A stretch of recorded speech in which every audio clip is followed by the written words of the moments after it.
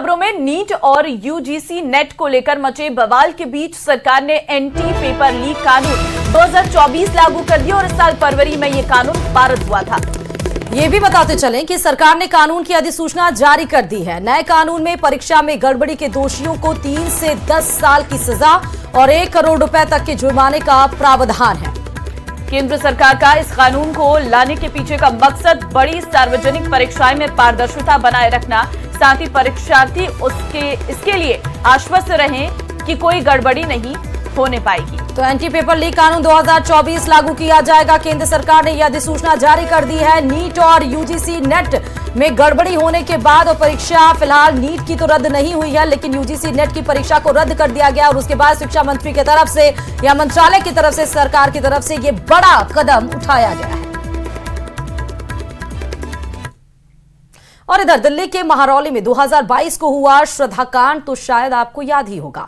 Live in partner ने लाश को अलग अलग टुकड़ों में काटकर ठिकाने लगाया था और अब बीकानेर में भी ऐसा ही मामला सामने आया है जो आपकी रूह कबा देगा। देखिए जरा।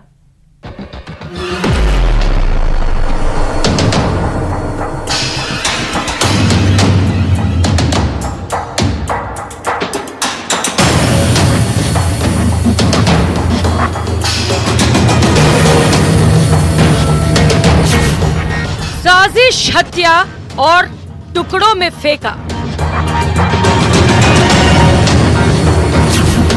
पहले सिर धड़ से अलग किया, फिर हाथ काटकर नाले में फेंका। हत्या के बाद टुकड़ों में बांट दी लाश। जोधपुर का बेरहम खूंखार जल्लाद।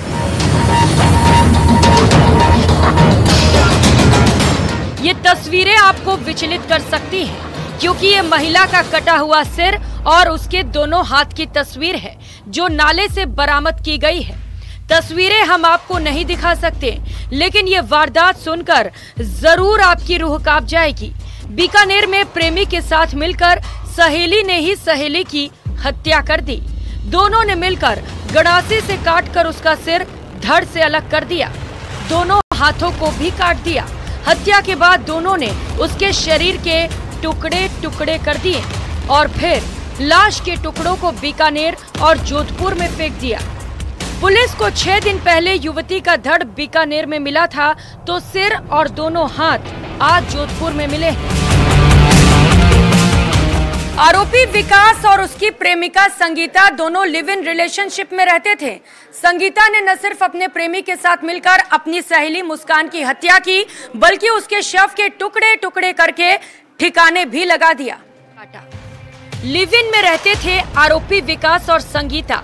संगीता की मुस्कान के साथ थी अच्छी दोस्ती। मुस्कान ने लिव इन में रहने से रोका तो हत्या की। घर बदलने के बहाने लेकर गए और मार डाला। विकास ने गला घोटा और गड़ासे से गला काट दिया। दोनों ने हाथ गला काटकर धड़ बीकानेर में फेंका, सिर हाथ जोधपुर ले जाकर नाले में फेंक दिया। मुस्कान संगीता को लिव इन रिलेशनशिप में रहने से मना कर रही थी। वो लगातार उसे विकास से दूर रहने की बात कहती थी, जिसे लेकर विकास और संगीता दोनों खफा हो गए और फिर साजिश रची मर्डर की। प्लानिंग के तहत उसे घर बदलने के बहाने कार में साथ लेकर गए और विकास ने उसका गला घोट दिया। हत्या के बाद कार से शव को बीकानेर के घड़ सीसर लेकर गए और गड़ासे से हाथ और सिर काटकर धड़ वहीं फेंक दिया और सिर हाथ जोधपुर के 5 बत्ती नाले के पास फेंक दिया गया।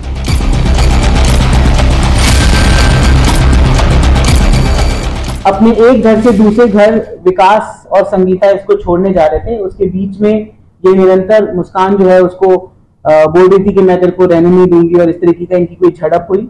विकास ने पहले गला दबाकर मृतका की हत्या की और उसके बाद उसकी डेड बॉडी को यहाँ बीकानेर में लाकर फेंका और जिसका उसका सर और हाथ काटे, जिससे कि उसकी पहचान ना हो सके और किसी को भी ये पता ना चल सके कि मर्डर किसने किया है।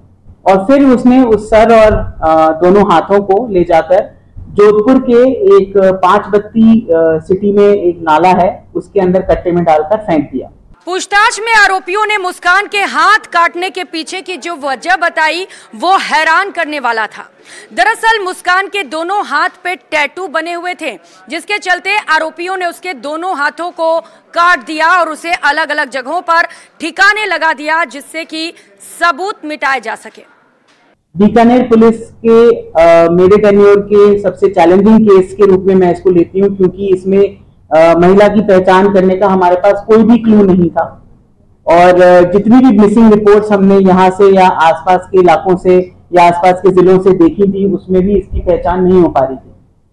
लेकिन फिर भी महज 5 दिनों में बीकानेर पुलिस ने इतने चैलेंजिंग केस का खुलासा किया है। इस वारदात को इतने शातिर तरीके से अंजाम दिया गया कि जांच टीम को खुलासा करने में 5 दिन लग गए और फिर हत्या के 5 दिनों में खुलासा हो सका। फिलहाल पुलिस ने दोनों आरोपियों को जेल भेज दिया है। Bureau report, news 18, Rajasthan.